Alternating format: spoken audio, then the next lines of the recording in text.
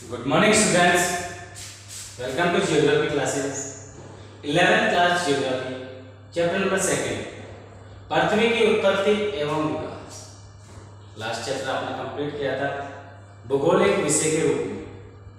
आज हमारा second chapter start करेंगे और उसका नाम होगा पृथ्वी की उत्पत्ति एवं विकास।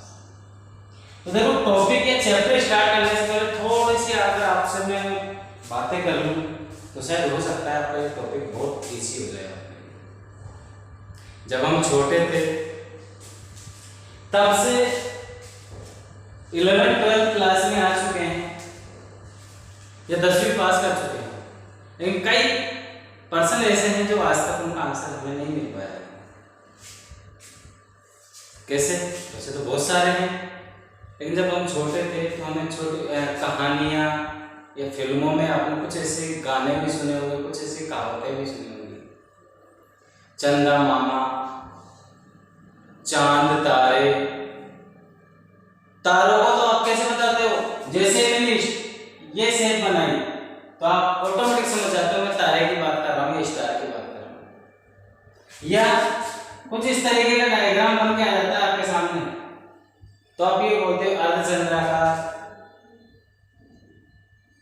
पूर्ण चंद्राकार या जो भी है। ये चंद्रमा की कलाकृतियां हैं जो समय के अनुसार कम और ज्यादा होती रहती हैं। तो इन सभी के बारे में आपने सुना होगा, एक छोटी क्लास में हमने सुना होगा ट्विंकल ट्विंकल लिटिल स्टार, सुना होगा ना।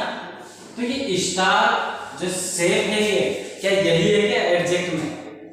अगर अंतरिक्ष में जाकर या सोलर सिस्टम में जाकर अगर हम देखें तो क्या इसी शेप में है क्या वो? नहीं, ये छोटे बड़े कोई से भी हो सकते हैं, बस इनकी एक विशेषता है जिसको वैज्ञानिकों ने या साइंटिस्टों ने ये बताया कि चमकता है, इसके अंदर बहुत ज्यादा प्रकाश पाया जाता है। सूर्य के बारे में भी आपने सुना होगा, उसमें भी प्रकाश बहुत ज्यादा है। हाइड्रोजन गैस ज्यादा होने के कारण उनमें आग बहुत ज्यादा होती है, इसलिए ये होता है। तो चैप्टर के हम स्टार्टिंग करते हैं कि आपको यह कविता याद है जो आपने अपनी नर्सरी कक्षा में पढ़ी है, ट्विंकल ट्विंकल लिटिल स्टार। बचपन से ही तारों के रातों ने हमेशा हमें आकर्षित किया है। आपने भी इन तारों के बारे में सोचा होगा और असंख्य प्रश्न आपके दिमाग में आए होंगे। कुछ ऐसे प्रश्न जैसे कि आकाश में कितने तारे होंगे, नंबरिंग पता नहीं है इसकी। ये तारे कैसे बनते हैं? क्या कोई आकाश तक पहुंच पाया है अब तक? इन प्रश्नों के अलावा और भी बहुत सारे कई प्रश्न हमारे दिमाग में घूमते रहते हैं। तो भैया जितने भी हमारे प्रश्न हैं इन सभी प्रश्नों के उत्तर या आंसर इसी चैप्टर में हम प्राप्त करने वाले हैं। आपके दिमाग में आया इस अध्याय में आप जानेंगे कि ये टिमटिमाते छोटे तारे कैसे बने। इसके साथ ही आप पृथ्वी की उत्पत्ति और विकास के बारे में पढ़ेंगे। तो आपको पता है सौर मंडल बहुत अच्छे से जानते हो। तो सबसे पहले आपकी शुरुआत में आज यहाँ से सौर मंडल से करता हूँ। ऐसे क्वेश्चन तो और कोई बनेगा, लेकिन पहले सौर मंडल जान लो।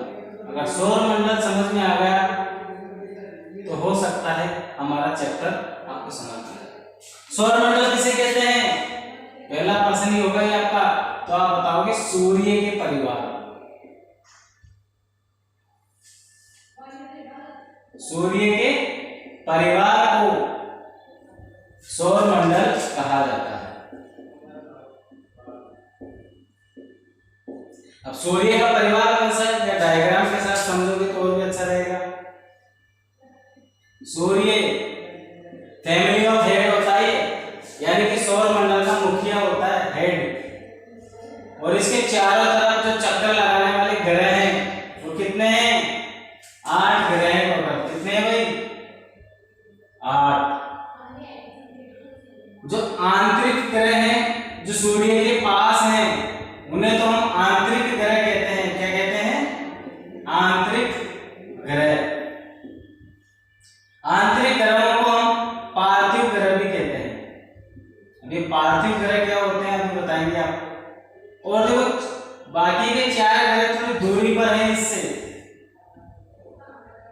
क्या है, दूरी पर।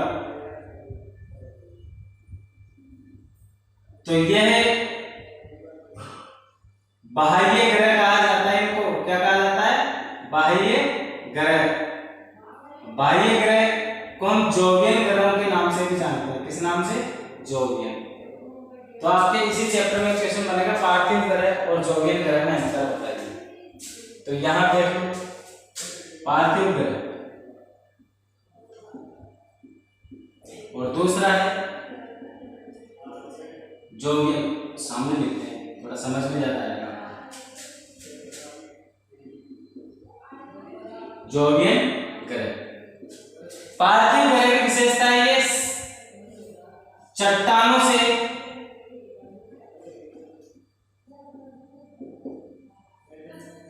या मृदा से बने हुए ग्रह होते हैं। जबकि जोवियन ग्रह किसके बने होते हैं, यानी कि एक शब्द में कहो तो ठोस होते हैं। जबकि जोवियन ग्रह गैस के बने हुए होते हैं। इनको गैस के ग्रह भी कहा जाता है। और गैस कौन सी पाई जाती है, हाइड्रोजन और हीलियम। आगे देखेंगे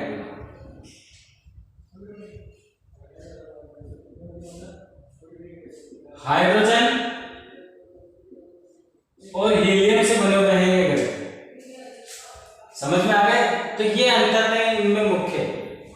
दूसरा अंतर क्या होगा, इसे आंतरिक ग्रह कहते हैं और ये कौन से होते हैं, बाह्य ग्रह होते हैं। तो इस सूर्य के परिवार में 8 ग्रह हैं टोटल। कितने हैं, 8 ग्रह। तो सूर्य परिवार में आप यहां लिखो 8 ग्रह, 63 उपग्रह, धूमकेतु, उल्काएं इत्यादि पाए जाते हैं सूर्य के परिवार में। सूर्य के परिवार में ये सभी पाए जाते हैं। तो सूर्य के परिवार के बारे में जानकारी हो गई होगी शायद आपको। तो सोलर मंडल समझ में आ गया आप लोगों को। शुद्ध ग्रह धूमकेतु वृहद मात्रा में पाए जाते हैं। शुद्ध ग्रह क्या होते हैं,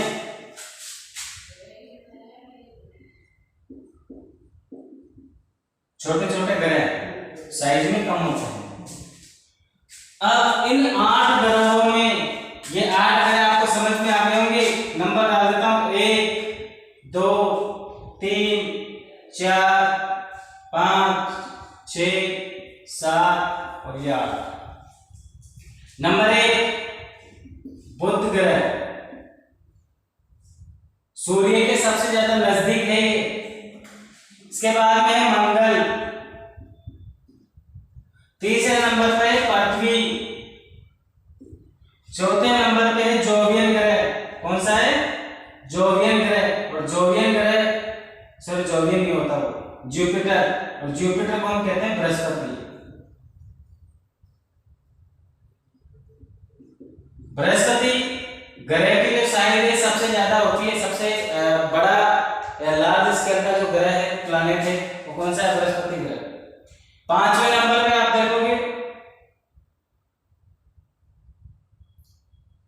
एक मिनट रुको, थोड़ी सी गड़बड़ है। हाँ, नंबर गलत बताया मैंने, वापस एक बार रिवाइज कर लो भाई। जितना भी बताया ना उसको वापस पढ़ लो। बुध के बाद में दूसरे नंबर पे शुक्र ग्रह, तीसरे पे पृथ्वी है, तीसरे पे पृथ्वी है, चौथे पे आपका मंगल ग्रह। कौन सा है, मंगल ग्रह। 5वें पे है, अब आएगा जुपिटर। तो तुम्हारा जो बृहस्पति ग्रह है सबसे पहले वो है। इसके बाद में 6ठे नंबर पर शनि और 7वें नंबर पे यूरेनस और नेपच्यून। यूरेनस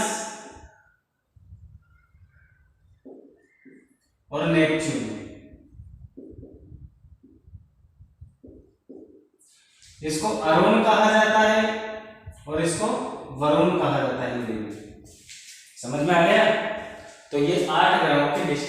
तो 8 ग्रह कौन कौन से होंगे वो लिस्ट चाहो तो अभी बना लो या बाद में बना लो, आगे टॉपिक पढ़ेंगे इसका, उसमें बना लेना, ठीक है?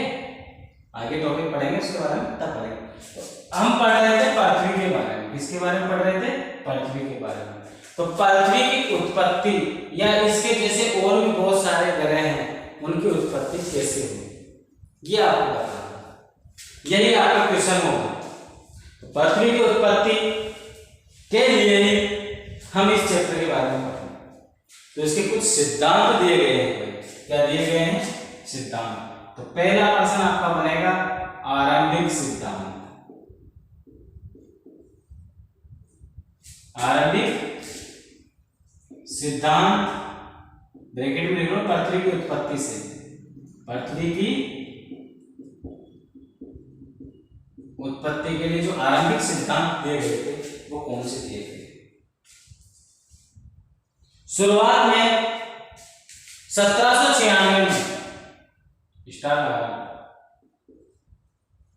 1796 में सबसे पहले जो पृथ्वी की सिद्धांत के बारे में बताया गया था वो दिया गया था इमैनुअल कांट। इनमें से प्रारंभिक लोकप्रिय मत जर्मन दार्शनिक इमैनुअल कांट का है। 1796 में डालो इमैनुअल कांट लिखो आप, एग्जाम में पूछा जाएगा इमैनुअल कांट के बारे में कि सबसे पहले पृथ्वी की उत्पत्ति से संबंधित आरंभिक सिद्धांत किसने दिया, तो आप बताओगे इमैनुअल कांट ने। 1796 में अब आगे और बढ़ता रहेगा। देखो ये हो गया दूसरा। 1796 में गणितज्ञ मैथमेटिशियन था एक, क्या नाम था उसका? लाप्लास। इसने इसमें संशोधन किया। क्या किया? संशोधन। और ये संशोधन क्या कहलाया? निहारिका परिकल्पना कहलाया। क्या कहलाया? निहारिका परिकल्पना। या ब्रैकेट में लिखो निहारिका परिकल्पना के नाम से ये जानी गई। अब निहारिका परिकल्पना क्या होती है उसके बारे में देखो अगला प्रश्न। निहारिका परिकल्पना क्या होता है? यही आपके जो छोटे छोटे क्वेश्चन पूछे जाएंगे उनके बारे में बात कर रहे हैं।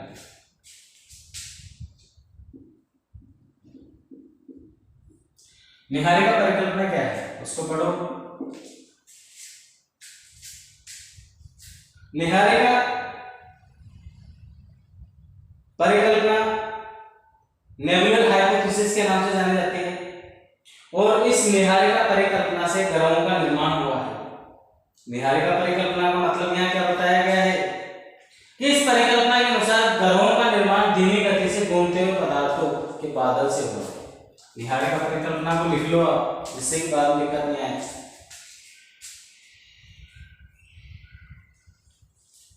एक मिनट। इस परिकल्पना के अनुसार ग्रहों का निर्माण, पृथ्वी नहीं सभी ग्रहों की बात कर रहे हैं, ग्रहों का निर्माण धीमी गति से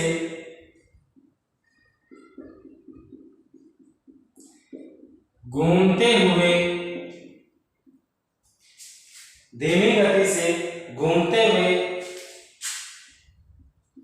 पदार्थों के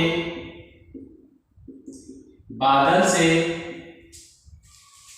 धीमी गति से घूमते हुए पदार्थों के बादल से हुआ है। बादल से हुआ है जो सूर्य की युवा अवस्था में हुआ था। कब हुआ था? सूर्य की युवा अवस्था में हुआ था।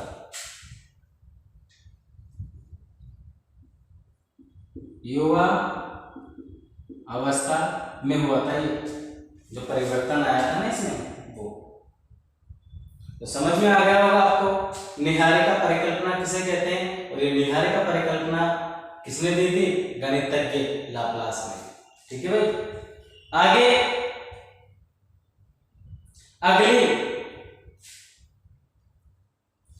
अगली जो थॉट्स आई इसी से रिलेटेड आरंभिक सिद्धांतों में जो अगला वैज्ञानिक या अगला जियोग्राफर या भूगोलविद आया वो कौन सा था, लाप्लास को अंडरलाइन कर लो, डबल अंडरलाइन कर लेना जिससे कि आपको समझ में आए।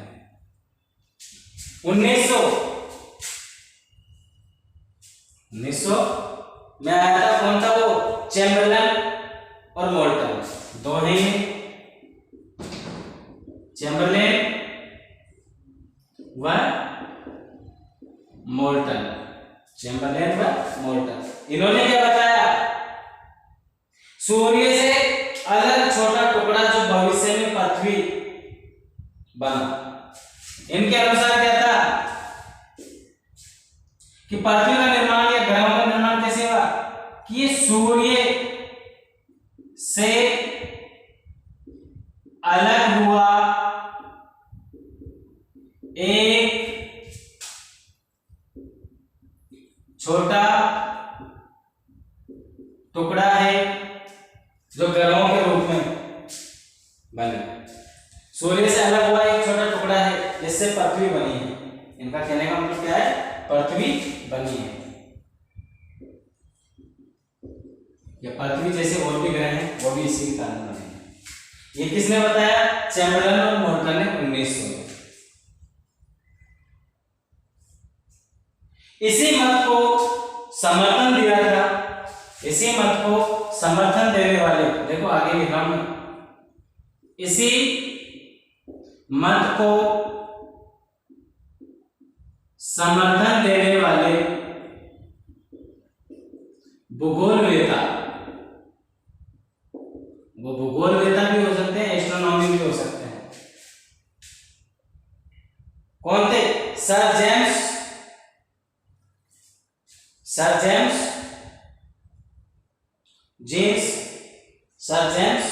जीन्स व दूसरा कौन सा था, हेरोल्ड। लिख रहा हूं उनके नाम, सर जेम्स जीन्स व हेराल्ड। इस मत का समर्थन किया था भाई दोनों। किसका, सूर्य से अलग हुआ एक छोटे टुकड़े। सूर्य, इसके अलावा एक और साथी तारे की भी बात की गई है और वे मानते हैं इसे ही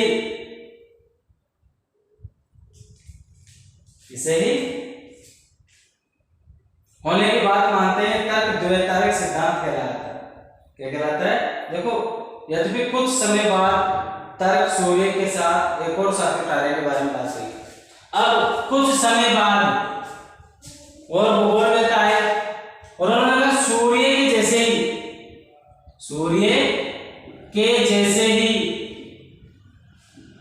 एक और तारा था। सूर्य को तारा बताया गया है, यहाँ पे सूर्य को तारा बताया गया है, जिससे पृथ्वी तथा अन्य ग्रहों का निर्माण हुआ है। और यह सिद्धांत क्या कहलाया, द्वैतारक सिद्धांत। क्या कहलाया भाई, ये द्वैतारक सिद्धांत। आपसे एग्जाम में पूछा जाएगा द्वैतारक सिद्धांत किसे कहते हैं, तो आप बता दोगे द्वैतारक सिद्धांत क्या होता है। ये आपका प्रश्न भी है, ये ध्यान रखना, स्टार लगा देता हूं यहाँ पे, ठीक है, और एरो भी लगा देता हूं, इंपॉर्टेंट है। द्वैतारक सिद्धांत आपसे पूछा जाएगा एग्जाम में। तो द्वैतारक सिद्धांत क्या होता है ये भी आपको समझ में आ गया। अब कितने पढ़ लिए आपने, एक, यह डाल देता हूं नंबर, 2, 3, 4। कितने पढ़ चुके हो, 4। 3 ही पढ़ चुके हो, 3 ही, सॉरी चौथा मतलब तीसरा तो इसी का ही था। चौथा और पढ़ेंगे आगे, और उसको हम पढ़ेंगे उस तरह। ये समझ में आ गया होगा? चाहो तो स्क्रीनशॉट लेके इसका पिक्चर बना लेना, आपके बाद में काम में आएगा। इसे बनाने का तरीका तो आपको बता दिया होगा। नंबरिंग याद रखना आपको, पहला, दूसरा, तीसरा, चौथा, पांचवा, छठा, सातवां, आठवां। इसको साफ कर रहा हूँ क्योंकि बोर्ड की जरूरत है मुझे।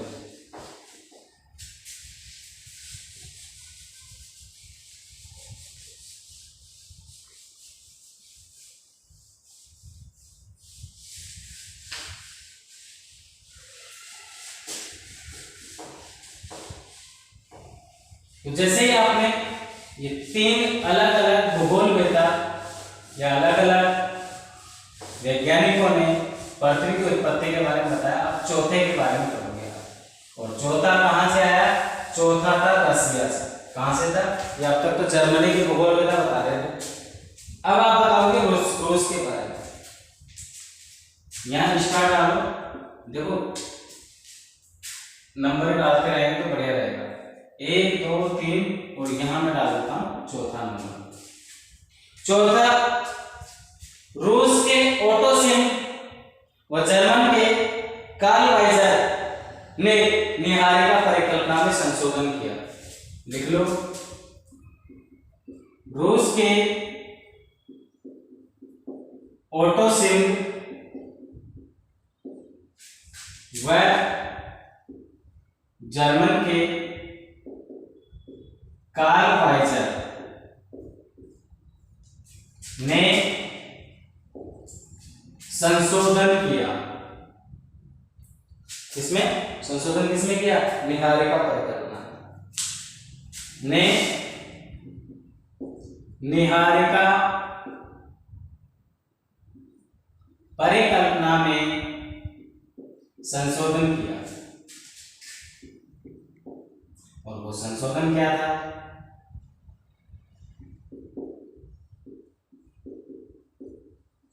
उस संशोधन को आप यहां पढ़ेंगे। क्या संशोधन किया इसमें?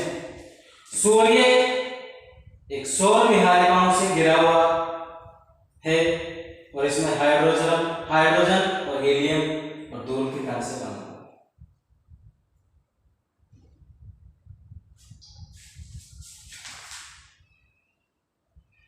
यानी सौर, देखो मैं पढ़ के बता देता हूं, थोड़ा और समझ में आएगा अच्छे से। 1950 में ये टाइम जो था 1950 का था, यहाँ लिख सकते हो। 1950 में रूस के ओटोसिम, 1950 में रूस के ओटोसिम और जर्मनी के कार्ल वाइजर ने निहारिका परिकल्पना में कुछ संशोधन किया, जिसमें विवरण कुछ अलग होता है।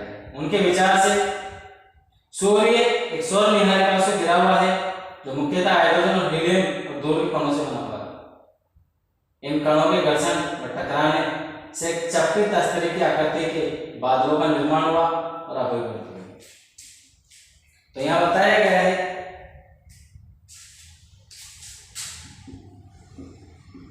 हीलियम व हाइड्रोजन तथा धूल के कण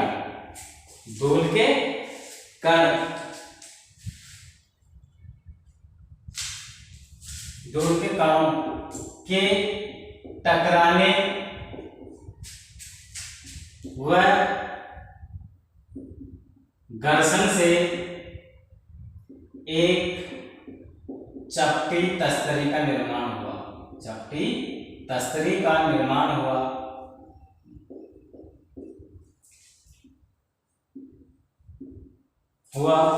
चपटी तस्तरी का निर्माण हुआ। तस्तरी की आकृति के बादलों का निर्माण हुआ। सॉरी, तस्तरी की, वापस लिखो इसको, आकृति के बादलों का निर्माण हुआ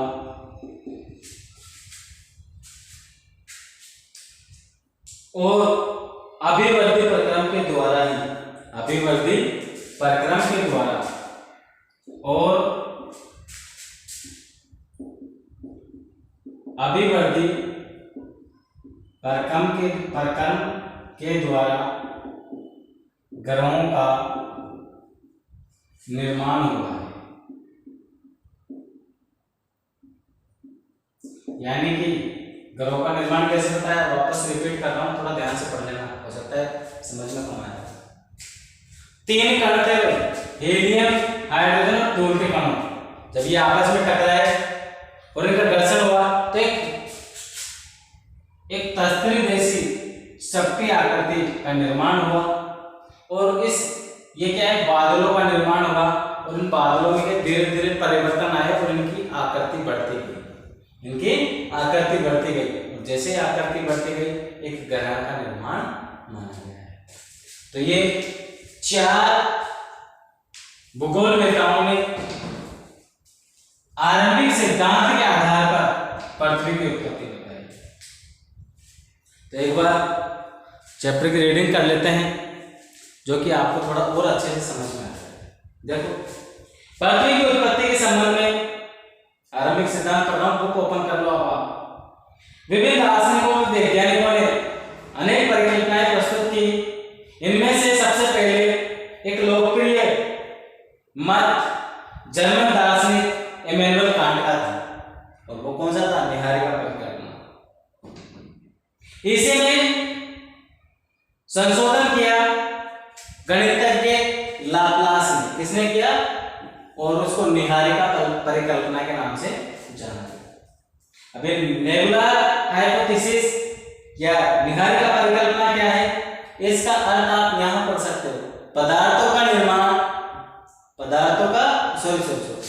ग्रहों का निर्माण धीमी गति से घूमते हुए पदार्थों के बादल से हुआ है, जो सूर्य की युवा अवस्था से है। यही चीज आपके बुक में बताई गई है। इस परिकल्पना के अनुसार ग्रहों का निर्माण धीमी गति से घूमते हुए पदार्थों के बादल से हुआ है, सूर्य की युवा अवस्था से संबंध है। बाद में 1900 में चैम्बरलेन और वोल्टेयर ने कहा, ब्रह्मांड में एक अन्य भ्रमणशील तारा सूर्य के नजदीक से गुजरा और इसके परिणाम स्वरूप तारे के गुरुत्वाकर्षण से सूर्य की सतह से, यानी सूर्य से कुछ टुकड़ा अलग होकर ग्रहों का निर्माण हुआ। सूर्य की सतह से सिगार के आकार कुछ पदार्थ निकलकर अलग हो गया। यह तारा जब सूर्य से दूर चला गया तो सूर्य की सतह से बाहर निकला हुआ यह पदार्थ सूर्य के चारों तरफ घूमने लगा। आपको यह भी अच्छे से पता है कि जितने भी ग्रह हैं सूर्य के चारों ओर चक्कर लगाते हैं। ये धीरे धीरे संघनित होकर ग्रहों के रूप में बदल गए। पहले सर जेम्स जीन्स और बाद में सर हेराल्ड जेफरी दोनों ने इस मत का समर्थन किया। यद्यपि कुछ समय के बाद तक सूर्य के साथ एक और साथी तारे के होने की बात नहीं है। सूर्य के अलावा एक और सूर्य की बात कर रहा है, एक और ऐसा कोई तारा था जो बहुत ज्यादा चमक रहा था, जिसके कारण यह तर्क द्वैतवारक सिद्धांत के नाम जाना गया। 1950 में अब हम पढ़ेंगे चौथी, ओटो शिम्प और कार्ल वाइज़ेकर। ओटो शिम्प और कार्ल वाइज़ेकर ने निहारिका परिकल्पना में कुछ संशोधन किया।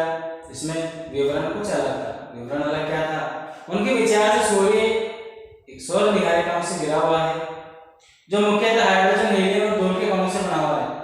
इन कणों के घर्षण और टकराने से चपटी तस्वीर की आकृति का बादल का निर्माण हुआ और अभिवृद्धि प्रक्रम द्वारा ही ग्रहों का निर्माण हुआ है।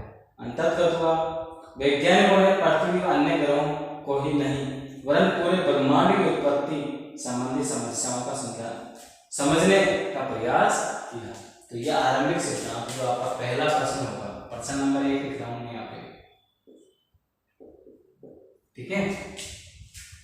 अब बात रही प्रश्न नंबर 2 की, वो हम अगले लेक्चर में कंप्लीट करेंगे। इसमें करेंगे अगले लेक्चर में। तो ये चारों जो परिभाषाएं हैं, 4 वैज्ञानिकों के अनुसार पृथ्वी की उत्पत्ति, यहां से आपके अति लघुत्तरात्मक और लघुत्तरात्मक प्रश्न बनेंगे। हो सकता है निबंधात्मक प्रश्न आपका आरंभिक सिद्धांत आपसे पूछ लिया जाए, तो आप इनको नोट डाउन करो। आपकी नोटबुक में बहुत कंपलसरी है, नहीं करोगे तो बहुत ज़्यादा नुकसान होने वाला है आगे जाकर। पीछे क्वेश्चन आंसर पूछे जाएंगे आपसे चैप्टर के लास्ट में, और आप कहोगे आंसर नहीं है हमारे पास, और आंसर अभी आपके सामने बोर्ड पे लिखे हुए हैं। आरंभिक सिद्धांत में 4 परिभाषाएं बतानी है, चारों मैंने नंबर से लिख रखी है, और अगर एक एक करके क्वेश्चन पूछता है लघुतरात्मक या छोटे क्वेश्चनों में, तो भी आप एक एक का आंसर कर सकते हो। सबकी परिभाषाएं लिखी हुई है। Okay, thank you. Next lecture में नेक्स्ट वीडियो के साथ फिर मिलते हैं आपसे। Thank you.